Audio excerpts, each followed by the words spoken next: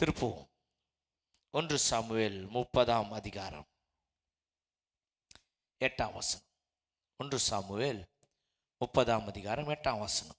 தாவீது கர்த்தரை நோக்கி, நான் அந்த தண்டை பின்தொடர வேண்டுமா, அதை பிடிப்பேனா என்று கேட்டான். அதற்கு அவர், அதை பின்தொடர், அதை நீ பிடித்து சகலத்தையும் திருப்பிக் கொள்வாய் என்றார். அல்லேலூயா. சகலத்தையும் திருப்பிக் கொள்வாய், அதை பின்தொடர், அதை நீ பிடித்து சகலத்தையும் திருப்பிக் கொள்வாய். 3 காரியங்கள் இங்கே தேவன் நமக்கு இங்கே சொல்லுகிறார். இந்த 3 காரியங்களை குறித்து இந்த 3 வாரங்கள் நான் பேசுவேன். தொடர்ந்து இதை கவனிக்கணும். ஏன்னா இந்த வார்த்தை ஒரு வல்லமையான ஒரு வார்த்தை. சகலத்தையும் திருப்பிக் கொள்ளுகிற ஒரு காரியம், எல்லாவற்றையும் திருப்பிக் கொள்கிற ஒரு காரியம். இது கர்த்தர் உங்களுக்கு கொடுத்த வார்த்தை. எல்லாவற்றையும் திரும்ப எடுக்கிற ஒரு காலத்தை கர்த்தர் தரப்போகிறார். திரும்ப கர்த்தர் நம்ம எல்லாவற்றையும் எடுப்பித்து நம்மை வாழ வைக்க விரும்புகிறார். அதனால்தான் இந்த வார்த்தை கொடுத்தார். அதை பின்தொடர், அதை நீ பிடித்து சகலத்தையும் திருப்பிக் கொள்வாய். ஒரு காரியம் நமக்கு இருக்குது.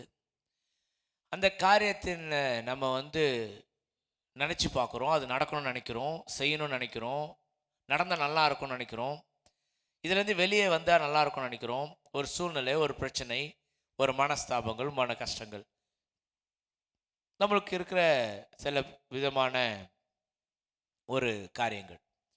இதுலேருந்து விடுதலை வந்தால் போதும், வெளியே வந்தால் போதும், இதுலேருந்து நம்ம தப்பிச்சா போதும், இது நம்ம விட்டு போனால் போதும், நிம்மதியாக இருந்தால் போதும், சந்தோஷமாக இருந்தால் போதும் அப்படின்னு சொல்லி நமக்குள்ள ஒரு வாஞ்சை இருக்கும்.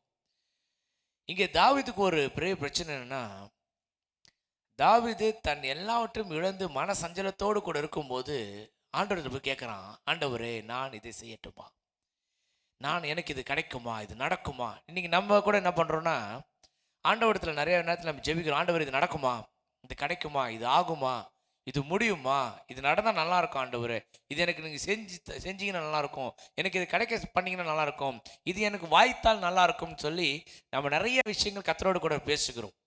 ஜெபத்தில் மன்றாடுகிறோம், கண்ணீரோடு கூட நிற்கிறோம்.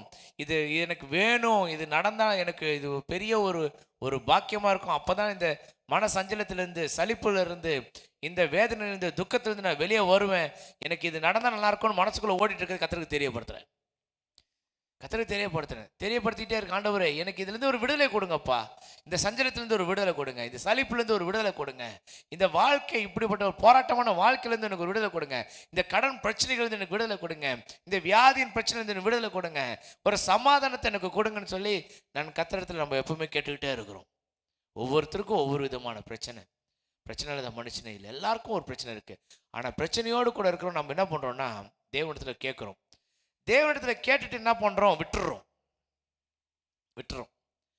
கர்த்தர் சொல்றாரு, இல்லை தொடர்ந்து கேளு, கிடைக்கிற வரைக்கும் கேளு, நடக்கிற வரைக்கும் கேளு, முடிகிற வரைக்கும் கேளு. ஹலோ, நம்ம ஜெபம் பண்ணிட்டு கர்த்தருக்கு சித்தமானால் நடக்கட்டும்னு விட்டுறோம். நம்ம ஜெபம் பண்ணிட்டு சரி நம்ம ஜெபம் பண்ணியிருக்கோம், வெயிட் பண்ணி பார்க்கலான்னு விட்டுறோம். இல்லை. அப்போ என்னுடைய ஜெபம் எப்படி இருக்கணும்னா, வைராக்கியமாக இருக்கணும். பெற்றுக்கொள்கிற வரைக்கும் நான் ஜெபிக்கணும், நடக்கிற வரைக்கும் ஜெபிக்கணும், கிடைக்கிற வரைக்கும் ஜெபிக்கணும், கிடைச்சே தீரணும்னு ஒத்த கால நின்று அதை நம்ம பெற்றுக்கொள்ளணும். ஆண்டவர் விடக்கூடாது, ஆண்டவர் விட்டுறவே கூடாது. இது நான் இன்னைக்கு வெறும் அவுட்லைன் தான் கொடுக்குறேன். அடுத்த வார்த்தை பார்த்தீங்கன்னா இது மொத்தமாக உள்ளே இறங்கி நம்ம பார்க்கலாம். அது எப்படி இந்த வசனம் நமக்கு எப்படி சொல்லிக் கொடுக்குது அப்படின்னா, கர்த்தர் அதை தான் விரும்புகிறாரு. ஒன்றை நான் கேட்டேன், அதையே நாடுவேன். ஒன்றை கேட்டேன்னு சொன்னால் அது கிடைக்கிற வரைக்கும் அதையே நாடுவேன். அதுதான் கர்த்தர் எதிர்பார்க்கற நம்மகிட்ட. ஏன் அப்படின்னா, இதில் ஒரு அர்த்தம் இருக்கு. ஏன் அது கர்த்தர் நம்மகிட்ட அப்படி எதிர்பார்க்குறான்னா, என் விசுவாசம் எந்த அளவுக்கு இருக்கு, என் நம்பிக்கை எந்த அளவுக்கு இருக்கு. கிடைக்கும்னு நம்புறானா, கிடைக்காதுன்னு விட்டுறானா. கர்த்தர் சொல்றாரு, கிடைக்கும்னு நம்புறவனுக்கு தான் அது கிடைக்கும், நடக்கும்னு நம்புறவனுக்கு அது நடக்கும். அப்போ நான் எதை நம்புறேனோ அதுக்கு வைராக்கியமாக நிற்கணுமா வேணாவா? சில பேர்லாம் பார்த்தீங்கன்னா ஒன்று நடக்கிற வரைக்கும் அப்படி ஒத்த கால் நின்று அது சாதிப்பாங்க, சாதிச்சே தீருவாங்க. என்ன நடந்தாலும் சரி நான் அதை செஞ்சே தீருவேன், நடந்தே தீருவேன், சாதிச்சே தீருவேன்னுவாங்க. அப்படி இந்த உலக பிரகாரமான வாழ்க்கைக்கு பண்ணக்கூடாதுங்க, கர்த்தரோடு கூட இருக்கணும். நீ கத்தரோடு இருந்தா கத்தர் உன்னோடு கூட இருப்பாரு. கத்தர் உன் ஜெபத்தை கேட்டு பதில் கொடுப்பாரு. இப்போ கத்தரி சித்தமெல்லாம் நடக்கட்டும் பிரதர் அப்படின்னு சொல்லிட்டா, அப்போ எல்லாமே நம்ம எதுவுமே கேட்க வேணாம், எல்லாமே அவர் சித்தப்படி நடக்குமே. அப்போ நான் ஏன் நமக்கு எதுவும் நடக்க மாட்டுது? நீ நிறைய பேர் என்ன பண்றாங்கன்னா, கத்தரி சித்தமானாலும் குணமாகட்டும் பிரதர் மாத்திரை வந்து சாப்பிடுறது கிடையாது. ஏன்னா விசுவாசால் நீதிமான் பிழைப்பான். அதனால மாத்திரை எடுத்துக்க மாட்டோங்க. நாங்கள் விசுவாசத்தை ஜெயிச்சிருவோங்க. நிறைய பேர் செத்து போயிட்டாங்க. நான் சொல்றேன், அந்த மாதிரி மூட விசுவாசம் இல்லை. நான் படிக்காமலே பாஸ் பண்ணிவிடுவேன்னு எத்தனை பேர் விசுவாசிப்பாங்க? அது மாதிரி நீ நிறைய பேர் யோசிக்கிறாங்க, இல்லை இல்லை நாங்கள் விசுவாசிக்கிறேன், நான் படிக்காமலே பாஸ் பண்ணிவிடுவேன். முடியாது. கிரியை இல்லாத விசுவாசம் செத்தது. கிரியை இருக்கணும், செயல்பாடு இருக்கணும், முயற்சி இருக்கணும். நம்ம ஊர்ல சொல்லுவாங்க தெரியுமா, முயற்சி திருவினையாக்கும். எல்லாமே முயற்சி தான். நடக்கிற வரைக்கும் முயற்சி பண்ணுவோமே, கிடைக்கிற வரைக்கும் முயற்சி பண்ணுவோமே, ஆகிற வரைக்கும் முயற்சி பண்ணுவோமே, முடிஞ்ச அளவுக்கு முயற்சி பண்ணுவோம், உயிர் இருக்கிற வரைக்கும் முயற்சி பண்ணுவோமே, சாகிற வரைக்கும் முயற்சி பண்ணுங்க, தப்பு இல்லை. ஒன்று நடக்கிறதுக்கு, ஒன்று அடையிறதுக்கு, ஒன்று கிடைக்கிறதுக்கு நம்ம முயற்சி பண்ண தப்பே இல்லை. ஏன்னா கர்த்தர் அது விரும்புறாரு. கர்த்தர் அதான் விரும்புறாரு. ஓ, நமக்கு ஒரு வியாதி வருது. அந்த வியாதி வந்துட்ட பரவாயில்ல பிரதர், வந்துச்சு பரவாயில்ல, கர்த்தர் சித்தமானாலும் குணமாட்டம் பிரதர் விட்டுறோமா? சொல்லுங்க. இல்லையே. அந்த வியாதி குணமாகறதுக்கு நம்ம டாக்டர் போய் பார்க்குறோம், ட்ரீட்மெண்ட் எடுக்கிறோம், குணமாகற வரைக்கும் ட்ரீட்மெண்ட் எடுக்கிறோம். சில பேர் சொல்லி புரியுதுன்னு உங்களுக்கு எனக்கு தெரியல. அந்த ஜுரம் போற வரைக்கும் மாத்திரை சாப்பிட்றோமா இல்லையா? அவன் சொல்றாங்க, இத்தனை மாசம் நீங்க சாப்பிட்டு தாங்க ஆகணும், இந்த மாத்திரை சாப்பிட்டு தாங்க ஆகணும், இது பண்ணி தான் ஆகணும்னா நம்ம முடிகிற வரைக்கும் பண்ணி தானே இருக்கிறோம். பண்ணாமல் இல்லைங்க பிரதர், 2 மாத்திரை போட்டோம், சரி இப்போ சரியாச்சு பிரதர். இல்லைங்க, அவங்க எழுதி கொடுத்த 7 நாள் 7 நாள் போடணும், 10 நாள்னா 10 நாள். ஏன்னா அவனுக்கு தெரியும், ஏன்னா இந்த வைரஸ் 10 நாளுக்கு அப்புறம் தான் சாகும். மாத்திரை போட்டோன்னு 2 நாள் ஜுரம் விட்டுரும். ஆஹா, ஜுரம் விட்டுச்சுன்னு மாத்திரை நிறுத்தினீங்கன்னா போனது திரும்பணும். ஏன்னா அந்த வைரஸ் சாவறதுக்கு இந்த மாத்திரை எல்லாம் உள்ள போய் வேலை செஞ்சு அந்த வைரஸ் ஒரு டிராப் வைரஸ் கூட எங்கேயுமே இல்லாமல் ஆயிடுதாங்க, சாகடிக்குது. அதனால தான் அத்தனை நாள் போடுங்கன்றாங்க. அப்போ எதுக்கு சொல்றாங்க? இந்த வியாதி குணமாகிற வரைக்கும் போராடி தானே ஆகணும். பத்த சொன்னாங்க, மாத்திரை பெருசா இருக்குது, முழுங்க முடியல, உடச்சு முழுங்க, நசுக்கி முழுங்க, ஆனா நீ சாப்பிட்டு தான் ஆகணும், ஒரு வழி கிடையாது. ஹலோ, இருக்கீங்களா? குணமாகணும்னா நம்ம டாக்டர்கிட்ட போறோம், ட்ரீட்மெண்ட் எடுக்கிறோம், குணமாயிட்டு தானே வெளியே வரோம். டாக்டர்கிட்ட போறீங்க, அட்மிட் பண்ணிட்டாங்க, இல்லைங்க அட்மிட் பண்ணி தாங்க பார்க்கணும் அப்படின்னு சொல்லிட்டாங்க, அட்மிட் பண்ணிட்டாங்க. ராத்திரி எழுந்துச்சு வந்துடுவீங்களா? சொல்லுங்க, வரமாட்டோம். ஏன்னா எனக்கு குணமாகணும், எனக்கு சரியாகணும். சரியான பிறகு அவனே அனுப்பிச்சு டிஸ்சார்ஜ் பண்ணுவாங்க. நீங்கள் சரியாயிடுச்சு, நீங்கள் போங்க, தொடர்ந்து இந்த மாத்திரையை மட்டும் எடுத்துக்கோங்க, கொஞ்ச நாள்ல இது எல்லாமே சரியாயிடும், நீங்கள் இந்த மாத்திரை நிறுத்திக்கலாம் சொல்கிறாங்களா இல்லையா? அப்படின்னு அர்த்தம், ஒரு விஷயம் நடக்கணும்னா நம்ம தொடர்ந்து பிரயாசப்படணும், தொடர்ந்து முயற்சி பண்ணணும். தொடர்ந்து படிக்கணும்னா தொடர்ந்து படிக்கணும், வேலைக்கு போனால் தொடர்ந்து வேலைக்கு முயற்சி பண்ணணும். ஒரு காரியம் நடக்கிற வரைக்கும் தொடர்ந்து அதை செய்ய வேண்டும். அதுன்னு சொன்னா, நான் தொடரவா, நான் பிடிப்பேன். அவர் சொன்னாரு, நீ கேள்வியெல்லாம் கேட்காத, நீ தொடர்ந்து போ, தொடர்ந்து செய் சொன்னாரு. அதை தொடர், அதை பின்தொடர், நீ பின்னாடி அது பின்னாடி போ, அது கிடைக்கிற வரைக்கும் அதுக்காக போராடு, பின்தொடர், அதை பிடித்து அதை உனக்கு சொந்தமாக்கி கொண்டு அதுல நீ என்ன பண்ணு, எல்லாவற்றையும் திரும்பி கொள்ளும் வழியாக முயற்சி செய். வசனம் சொல்லுது, சகலத்தையும் திருப்பிக் கொள்வாய், சகலத்தையும் திருப்பிக் கொள்வாய். நான் விசுவாசிக்கிறேன், நம்மளுடைய சந்தோஷம், நம்மளுடைய சமாதானம், நம்மளுடைய வாழ்க்கை, நம்மை தொலைத்தது எல்லாவற்றையும் திரும்ப எடுக்கிற காலத்தை கர்த்தர் நமக்காக வைத்திருக்கிறார். அல்லேலூயா. நான் திரும்ப எடுப்பேன் என்று விசுவாசிக்கிறேன்.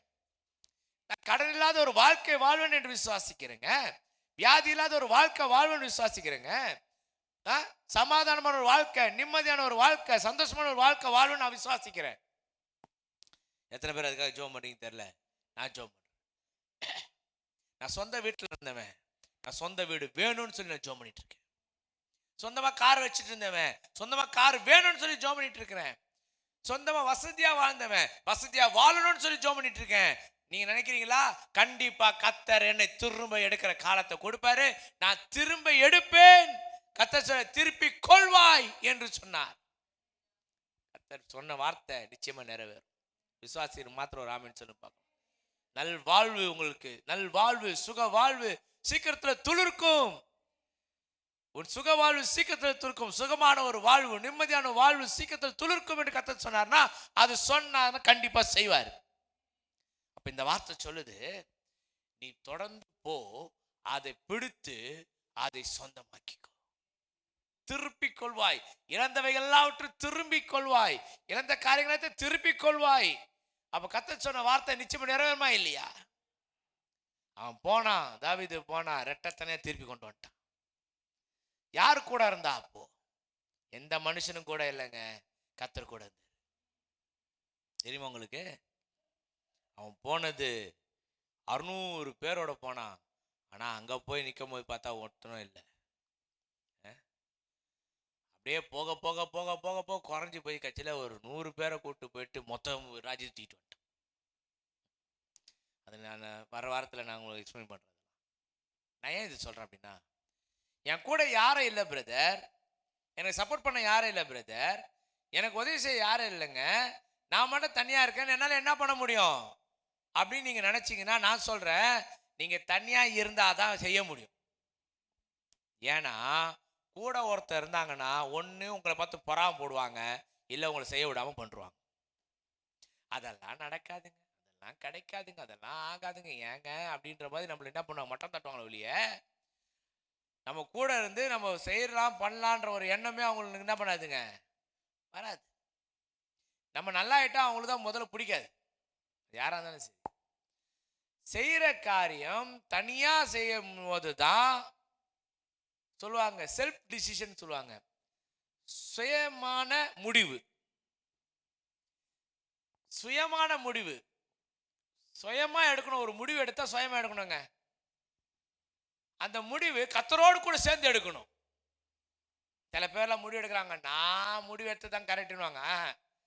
அது செல்ஃபிஷா எடுக்கிற முடிவு. நான் எனக்காக, என்னுடைய ஆதாயத்துக்காக, என்னுடைய நலனுக்காக, நான் என்னுடைய காரியங்கள் நிறைவேறுவதற்காக எடுக்கிற முடிவு. அதுல செல்ஃபிஷ் சொல்லுவாங்க, தன்னலம் இருக்கும். தன்னலமாய் எடுக்கிற ஒரு முடிவு, அது கர்த்தர் விருப்பம் கிடையாது. நிறைய பேர் தப்பா புரிஞ்சுக்கிறாங்க. பாஸ்டர் சொன்னாரு தன்னிச்சையா முடிவு எடுக்கணும்ட்டு. தன்னிச்சையாய் முடிவெடுப்பது சுயநலமாய் இருக்கக்கூடாது, தன்னலமாய் இருக்கக்கூடாது. எப்படி இருக்கணும்? கர்த்தரோடு கூட இணைந்து எடுக்கிறதா இருக்கணும். கர்த்தர் உனக்கு சொல்லணும், அதை வெளிப்பாட்டோடு இருக்கணும். கர்த்தாவே நீர் என்னோடு கூட இருந்து இதை வாய்க்க செய்யுங்க, அது என் முடிவு. கர்த்தர் எனக்கு ஒரு வெளிச்சத்தை தருவார், ஒரு வெளிப்பாட்டை தருவார், ஒரு வாய்ப்பை தருவார், ஒரு வழியை தருவார், ஒரு வாசலை திறப்பார். ஏதாவது ஒரு சூழ்நிலை மூலமாக கர்த்தரை நடத்தி கொண்டு போவார். வேதம் சொல்லுது, குருடனை அவனை வழிகாட்டுறது போல கர்த்தர் நம்மளை வழிகாட்டுவார். ஒரு குருடனை நடத்தி செல்லுகிறதை போல கர்த்தர் நடத்தி. அப்புறம் என்ன அர்த்தம்? நீ கண்ணை மூடி நான் ஒரு பின்னாடி போலாம், ஒன்றும் தேவையில்ல. கர்த்தர் நிச்சயமா நல்ல இடத்துல கொண்டு போய் கேட்பார். கானான் தேசம் சொல்லும் போது, பாலும் தேனும் ஓடுற தேசம் சொல்லும் போது, இஸ்ரவேல் ஜனங்களுக்கு அதை பத்தி யோசிக்கவே இல்லை. ஆனா பார்த்த பிறகு நம்புறானுங்க, ஆமாயா அங்க ஒரு பழமும் இவ்வளவு பெருசா இருக்குது, ஒவ்வொரு ஆளுங்க இவ்வளவு பெருசா இருக்காங்க, வீடெல்லாம் பெருசு பெருசா இருக்குது, கர்த்தர் பெருசா கொடுத்துருக்காரு. அப்பதான் நம்புனான். நமக்காக கர்த்தர் பல திட்டங்களை நோக்கங்களை வச்சிருக்காருங்க, அதெல்லாம் பெருசு. நம்புறீங்களா? விசுவாசிக்கிறீங்களா? என்னுடைய அளவின்படி அல்ல, அவருடைய அளவின்படி. நான் யோசிப்பேன், ஆண்டவரே என்னுடைய குறைவுகள் எல்லாவற்றையும் உம்முடைய மகிமை ஐஸ்வரியத்தின்படி நிறைவாக்க வல்லவராயிருக்கு. அப்படின்னா என் குறை எனக்கு இது எனக்கு ஓகே, இது பரவாயில்ல. ஆனா அப்படி இல்லைங்க, அவர் என்னை காட்டிலும் சிறப்பாக, சம்பூர்ணமாக, என்னை காட்டிலும் பெருசா அவர் யோசிச்சு வச்சிருக்காருங்க. உன் நினைவுகள் என் நினைவுகள் அல்ல. யோசிக்க மாட்டேன். அப்போ நான் உன்னோட சிறப்பா வச்சிருப்பேன். அப்படி சிறப்பா வச்சிருப்பேன், நான் அவரோட கூட சேர்ந்து தானே செய்யணும் அதை. அப்போ நான் நினைக்கிற வாழ்க்கை சிறப்பான வாழ்க்கையாக இருக்கும் பட்சத்துல அந்த வாழ்க்கையை இன்னும் சிறப்பாக மாற்றித்தர அவர் வல்லவராக இருக்கிறார். அதுதான் இங்க மெயின் பாயிண்ட். இங்க செல்ஃபிஷா நான் எனக்கு மட்டும் நல்லது நடக்கணும்னு நினைக்கிறது இல்லைங்க. இந்த நல்லது மூலமாக நான் தேவனை மகிமைப்படுத்தணும், நான் கர்த்தரை மகிமைப்படுத்தணும். ஒரு ஒரு காரியம் சொல்கிறேன். இப்போ நம்ம கடனில் இருக்கிறோம்னு வச்சுக்கோங்களேன். நான் ஜோம் பண்ணிகிட்டே இருக்கேன், கடன்லேருந்து வெளியே வரணும், இந்த கடன் பிரச்சனை வெளியே வரணும், கடன் பிரச்சனை. இப்போ நான் கத்தர் என்ன இந்த கடன் பிரச்சனை வெளியே கொண்டு வந்துட்டா நான் என்ன சொல்லுவேன்னு நினைக்கிறீங்க? நான் கஷ்டப்பட்டு கடன் அடைச்சுன்னு சொல்லுவேன்னு நினைக்கிறீங்களா? இல்லை கத்தர் என் கடன் அடைச்சான்னு சொல்லுவேன்னா? ஏன்னா எனக்கு தெரியுங்க, என்னால் அடைக்க முடியாதுன்னு தெரியுங்க, என்னால் முடியாதுன்னு தெரியும். ஆனால் வாய்க்கை செய்தது கத்தர். இப்போ அடைச்சிட்டேன். நான் இப்போ என்ன சொல்லுமா, நான் முயற்சி பண்ணேன், ஆனால் தொடர்ந்து ஜோம் பண்ணேன், கத்தர் என் கடனை அடைத்து போட்டார். இப்போ நான் எங்கே சாட்சியாக நிற்கிறேன்? நான் யார் முன்னாடி சாட்சியாக நிற்கிறேன்? என் தேவனுக்கு முன்பாக நான் சாட்சியாக நிற்கிறேன். இந்த ஜனங்களுக்கு முன்பாக சாட்சியாக நிற்கிறேன். ஏன்னா கத்தர் சொன்னார், சகலத்தையும் திருப்பிக் கொள்வாய். அல்லேலூயா. சகலமும் எனக்கு திரும்ப கிடைக்கும். சகல காரியங்கள் எனக்கு திரும்ப கிடைக்குங்க. நான் விசுவாசிக்கிறேன். எதெல்லாம் என்னை விட்டு போச்சோ அதெல்லாம் திரும்ப எனக்கு காலத்தை எனக்கு தருவார். என் தேவன் எனக்கு சொன்ன வார்த்தை எங்கிருந்தோ அப்படியே என் காதுக்கு வந்தது, அப்படியே மைண்டில் பதிஞ்சது. நீ தேடி எடுத்தேன். கத்த சொன்னார், இது உனக்கு வசனமாக கொடுத்தேன், வாக்குத்தத்தமாக கொடுத்தேன். இன்னைக்கு இது வாக்குத்தத்தம் நமக்கு இந்த மாதத்தில் கத்த நமக்கு கொடுத்த வாக்குத்தத்தம் இதுதான். என்ன வாக்குத்தத்தங்க இது? என்ன வாக்குத்தத்தம்? அதற்கு அவர் அதை பின்தொடர், அதை நீ பிடித்து சகலத்தையும் சகலத்தையும் எல்லாரும் சகலத்தையும் சகலத்தையும் திருப்பிக் கொள்வாய். பின்தொடரணும், முயற்சி பண்ணோம். முயற்சியுடையார் இகழ்ச்சி அடையார். இல்ல அவனுக்கு தெரியுதுங்க, நமக்கு தாங்க தெரியல. நம்ம விசுவாசமா ஜெபிக்கிறோம், ஆனா அதுல என்ன பண்றது இல்லைன்னா பாதியில விட்டுட்டு அவிசுவாசமா மாறிடும். கத்தருக்கு சித்தம் இல்லை போல இருக்குது பிரதர், அதனால தான் எதுவும் நடக்கல பிரதர். நான் சொல்றேன், நடக்கலன்னு நினைச்சிடாதீங்க, கத்தர் நடத்திட்டு தான் இருக்கார். ஏற்ற காலத்துல உயர்த்தும்படிக்கு அவருடைய பலத்த கரத்துக்குள்ள அடங்கிருன்னு சொல்றாரு. ஏன்னா அவர் எனக்கு தெரியும் எப்ப என்னை உயர்த்தணும்னு, என் தேவைகளை எப்போ சந்திக்கணும், என் காரியங்களை எப்போ வாய்க்க செய்யணும், எனக்கு எப்போ ஜெயத்தை தரணும், எப்போ என்னுடைய வாழ்க்கை மாற்றணும்னு கத்தர் நல்லாவே தெரியும். நான் சொல்லுகிறேன், கத்தர் எனக்காக யாவும் செய்து முடிப்பார். முடிப்பார். எத்தனை பேர் விசுவாசிக்கிறீங்க? எனக்காக செய்ய வல்லவராக இருக்காரா? அப்போ என் ஜெபத்தை கேட்பாரா? நான் சொல்றேன், கண்டிப்பா என் ஜெபத்தை கேட்பார், என் மண்டாட்டத்தை கேட்பார், என் கண்ணீரை தொடப்பார், என் காரியங்களை வாய்க்க செய்வார், எனக்கு ஜெயத்தை தருவார், நான் வெற்றி பெறுவேன். ஏன்னா நான் தேவனால் பிறந்திருக்கிறேன். தேவனால் பிறப்பதில் உலகத்தை ஜெயிக்கும். எத்தனை பேருங்க தேவனால் பிறந்திருக்கீங்க? கத்தருக்குள் பிறந்தவங்க மாத்திரம் சொல்லுங்க பார்க்கலாம். நான் கத்தருக்குள் பிறந்திருக்கிறேன், கண்டிப்பா ஜெயிப்பேன். எதை ஜெயிப்பேன்? என் சூழ்நிலைய, என் பிரச்சனைய, என்னுடைய காரியங்களை, என்னுடைய இயலாமைய, என் இல்லாமைய, என் வறுமைய, என் வியாதிய, என் சோர்வைய, பலவீனத்தை, என்னுடைய சிந்தையில ஓடிக்கொண்டிருக்கிறதான சகல விதமான காரியங்களிலிருந்து எனக்கு ஒரு ஜெயத்தை தர வல்லவராய் இருக்கிறாரு. நான் ஜெயம் எடுப்பேன். ஏன்னா கத்த சொல்லிட்டாரியா, திரும்ப எடுப்பேன்ட்டு. வேதம் ஒரு நாளும் நம்மளை நெகட்டிவா பார்க்கறதே இல்லை. பைபிள் ஒரு நாள் நம்மளை நெகட்டிவா பேசுறதெல்லாம் பார்க்கறதும் இல்லைங்க. உன்னால முடியாதுன்னு சொன்னதே கிடையாது. உன்னால முடியாது, உனக்கு நடக்காதுன்னு சொன்னது கிடையாது. தேவனால எல்லாம் கூடும் சொல்லிட்டு உங்களால் கூடாது ஒன்றுமில்லைன்ட்டாரு. தெரியுமா உங்களுக்கு? தேவனால் கூடாது ஒன்றுமில்லைன்னு சொல்லிட்டு அடுத்த வசனம் சொல்லிட்டு உங்களால் கூடாது ஒன்றுமில்லைன்ட்டாரு. ஏன்னா நீங்க இப்ப கேட்கறதெல்லாம் கத்த கொடுத்து ரெடி ஆயிட்டாரு. அங்கதான் நம்ம வேதவசனம் அப்படிதான் சொல்லுது, உங்களால முடியாது, நான் கத்தரால முடியும். அப்ப கத்தரால முடியும்னா அது உங்களால முடியும்னு அர்த்தம். உங்க மூலமா தான் கத்த செய்ய போறாரு. உங்க மூலமா தான் கத்தர் மேல கொண்டு வர போறாரு. உங்க மூலமா தான் கத்தர் ஒரு பெரிய மாற்றத்தை கொண்டு வர போறாரு. உங்க குடும்பத்துல உங்க மூலமா தான் ஒரு ஜெயத்தை தர போறாரு. நீ விசுவாச தேவனுடைய மகிமை காண்பாய். நீ விசுவாச தேவனுடைய மகிமை காண்பாய். அல்லேலூயா.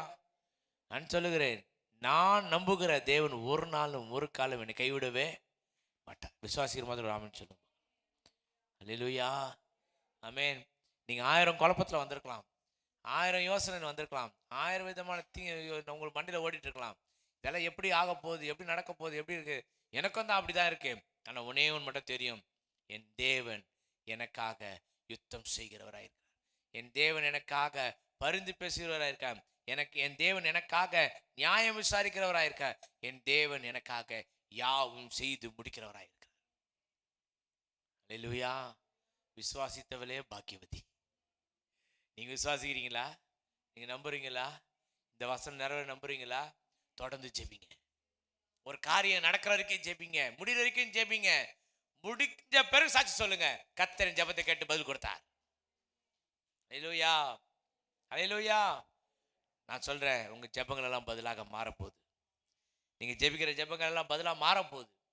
எதுக்காக நீங்க ஜெபித்து கொண்டிருக்கீங்களோ அந்த ஜெபங்கள்லாம் பதிலாக மாறப்போகுது. எந்த காரியங்கள்லாம் உங்களுக்கு நீங்க ஜெபிச்சு ஜெயம் எடுக்கணும்னு நினைக்கிறீங்களா, நீங்க ஜெயம் எடுக்க போறீங்க, வெற்றி சிறக்க போறீங்க, வாழ்வடைய போறீங்க. நல் வாழ்வும் சுக வாழ்வும் சீக்கிரத்தில் துளுக்க தான் போகுது. கர்த்தர் எல்லாவற்றையும் திருப்பி கொள்வாய் என்று சொல்லி கர்த்தர் உங்களுக்கு வாக்கருளுகிறார். ஹல்லேலூயா, ஹல்லேலூயா. கர்த்தர் கொடுத்தா நிச்சயமா நடக்கும். அது வார்த்தை பொய் உரையாதது, அது அனுப்பினது செய்யும். இப்ப இருக்க சூழ்நிலையை பார்க்காதீங்க, இப்ப இருக்க கடனை பார்க்காதீங்க, இப்ப இருக்க வியாதியை பார்க்காதீங்க, இப்ப இருக்க பலனை பார்க்காதீங்க, இப்ப இருக்கிற எதையும் பார்க்காதீங்க. நான் சொல்கிறேன், கர்த்தருடைய வார்த்தை இது சொன்னது. கர்த்தருடைய வார்த்தை நீங்க சொந்தமாக்கிக்கோங்க. இந்த வார்த்தை என்னுடையதுன்னு சொல்லுங்க, இந்த வார்த்தை எனக்கு கொடுத்ததுன்னு சொல்லுங்க, இந்த வார்த்தையின்படி எனக்கு ஆகணும்னு சொல்லுங்க. ஒவ்வொரு நாளும் இந்த வார்த்தையில கை வச்சு ஜெபம் பண்ணுங்க. ஒவ்வொரு நாளும் இந்த வார்த்தை மேலே கவனத்தை செலுத்துங்க. கர்த்தாவே, நீர் சொன்னீரே சகலத்தையும் திருப்பி கொள்வாய் என்று சொன்னீரே, சகலத்தை திருப்பி கொள்வாய் என்று சொன்னீரே என்று ஒவ்வொரு நாளும் நீங்க ஜெபிங்க. நான் சொல்லுகிறேன், நிச்சயமாக ஜெயம் எடுப்பீர்கள். ஹல்லேலூயா, ஹல்லேலூயா. எத்தனை பேர் விசுவாசிக்கிறீங்க? நான் சொல்லுகிறேன், இந்த வார்த்தை தேவனிடத்திலிருந்து வந்தது, அது தேவனுடைய வார்த்தையாக இருக்கிறது. நீ யாரெல்லாம் இந்த வார்த்தையை நம்பி இந்த வார்த்தை மேல உங்களுக்கு அதிக நம்பிக்கை வைக்கிறீங்களோ, இது பொய் உரையாத வேதம், இந்த பொய் உரையாத வேதத்திலிருந்து இந்த வார்த்தை வருகிறது. கர்த்தர் உங்களுக்காக இந்த வார்த்தை கொடுத்திருக்கார். சொந்தமாக்கிக்கோங்க, ஜெபிங்க, ஜெபம் ஜெயமாய் மாறும்.